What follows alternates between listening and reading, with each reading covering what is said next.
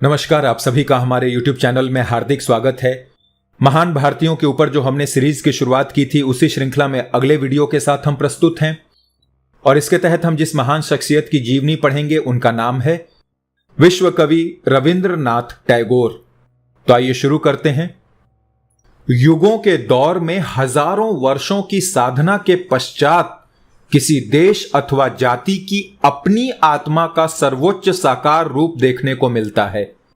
भारतीय गगन मंडल में आकाश, क्षितिज और अंतरिक्ष में जब पतन, अपमान और असहनीय दुखों की अंधकारमयी रजनी छाई हुई थी, उस समय शत शत सौभाग्य से हमारे भाग्याकाश में मंगलमय रवि का उदय ठाकुर रविंद्रनाथ के रूप में हुआ।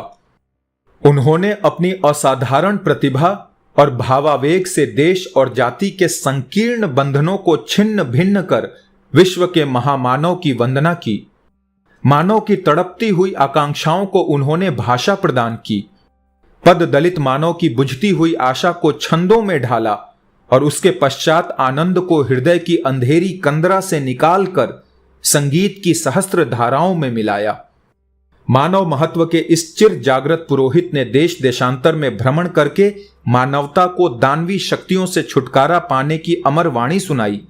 आप भारत के ही नहीं अपितु विश्व के सबसे महान कवि, संगीतज्ञ, चित्रकार, शिक्षा शास्त्री एवं समाज सुधारक थे। रविंद्र का जन्म 7 मई 1861 को कलकत्ता के एक कला प्रिय परिवार में हुआ था। उनके पिता देवेंद्र नाथ ठाकुर आदि ब्रह्म समाज के नेता थे। उनका जीवन ऐसा सादा तथा पवित्र था कि लोग उसे महर्षि कहा करते थे। उनके बड़े भाई द्विजेंद्र नाथ दार्शनिक और गद्य लेखक थे। तीसरे भाई आईसीएस में लिए जाने वाले प्रथम भारतीय होने के कारण प्रसिद्ध थे।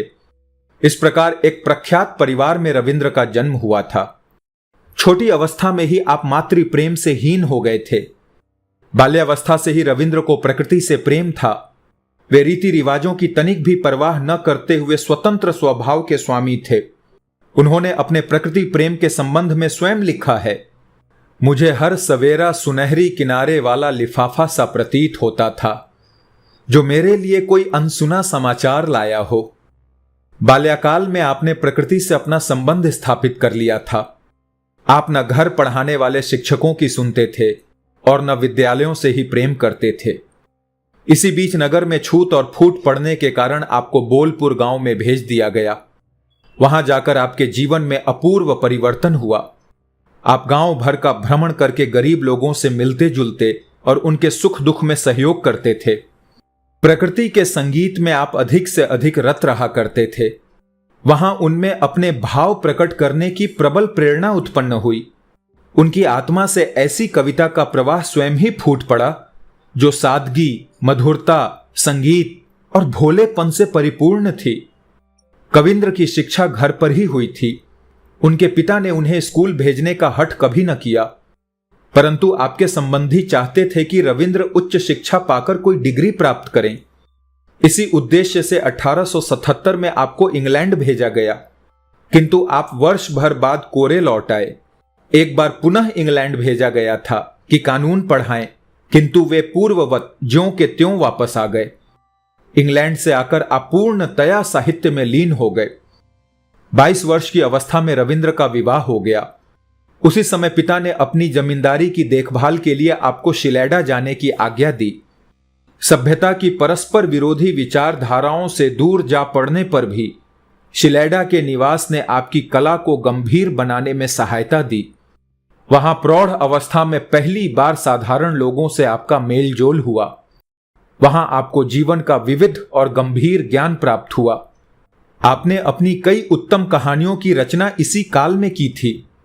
साधना नामक पत्रिका का आरंभ भी इसी काल में किया, जो कि लगभग 20 वर्ष तक उनके विचारों के प्रकाशन का प्रधान साधन रही। आज भी वो अपने ढंग की सर्वोत्तम पत्रिका है। इसी पत्रिका में प्रकाशित आपके उत्तम तत्वों की डायरी नाम के लेखों में भारत के वर्तमान राजनीतिक विचारों का दिग्दर्शन होता है। शिलेडा गंगा और ब्रह्मपुत्र के संगम पर एक बहुत ही रमणीक स्थान है। वहां के प्राकृतिक दृश्य बड़े हृदयगामी तथा मनमोहक हैं। दूर दूर तक जमीनें बिखरी हुई थीं। उनकी देखभाल के लिए रविंद्र को नौका पे चढ़कर जाना पड़ता था और उनमें उन्हें बड़ा आनंद मिलता था। उन्होंने जमीनों का प्रबंध भली भांति किया, खेती में नवीन सुधारों का प्रयोग किया, किसानों की स्वच्छता और स्वास्थ्य सुधारा, किराए क्षमा कर दिए, उनके बच्चों की शिक्षा के लिए स्कूल का प्रबंध किया। आप किसानों से मिलते जुलते रहते थे और उनके दुख सुख में सम्मिलित हुआ करते थे। इस प्रकार रविंद्र उनके मित्र और पथ प्रदर्शक बन गए। शिक्षा के संबंध में उनकी एक निश्चित धारणा थी, जिसे उन्होंने शांति निकेतन के रूप में साकार मूर्तिमान किया।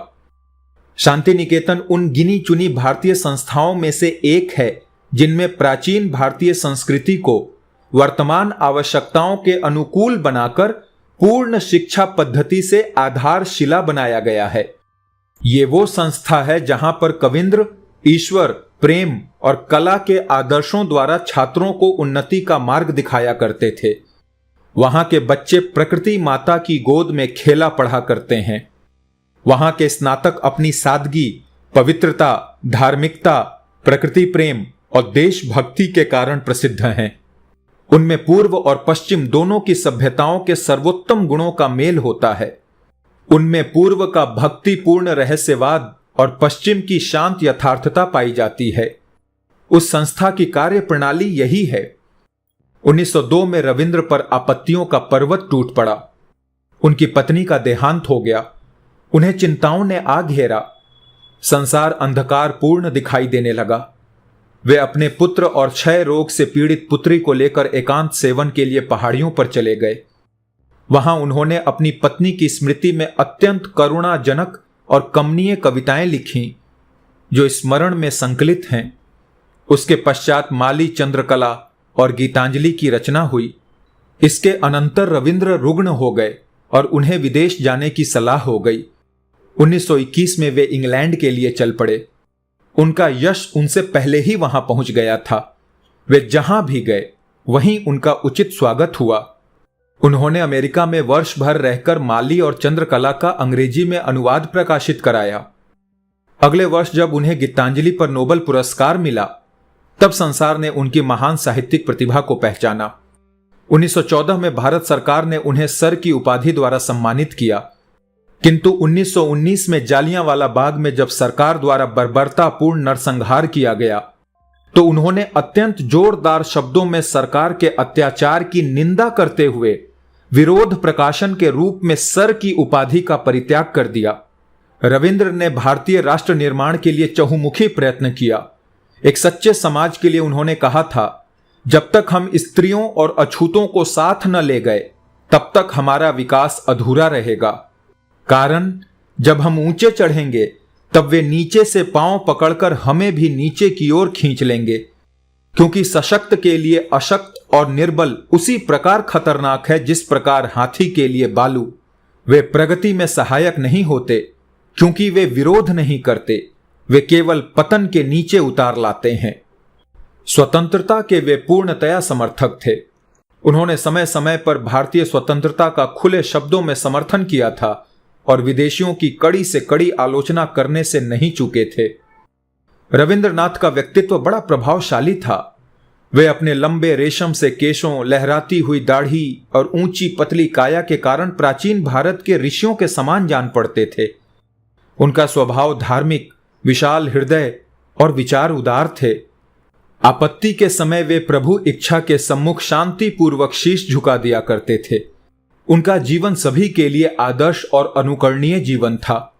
उन्होंने उस प्राचीन भारतीय संस्कृति को पुनः जीवित कर दिखाया जो लगभग मर चुकी थी। अगस्त 1941 में उनके देहांत से जो स्थान खाली हुआ है, उसकी पूर्ति शताब्दियों में भी कठिनता से होगी। धन्यवाद। हमने विश्व कवि रविंद्रनाथ टैगोर जी के विषय में पढ़ा, जाना। उनका एक योगदान और हमारे देश के लिए है। जो हमारे देश का राष्ट्रगान है, ये भी उन्हीं के द्वारा लिखा गया है। और भी हमने उनके कवि हृदय के बारे में जाना, समझा। चलिए मुलाकात होगी अगले वीडियो में अन्य महापुरुष की जीवनी के साथ। जय हिंद।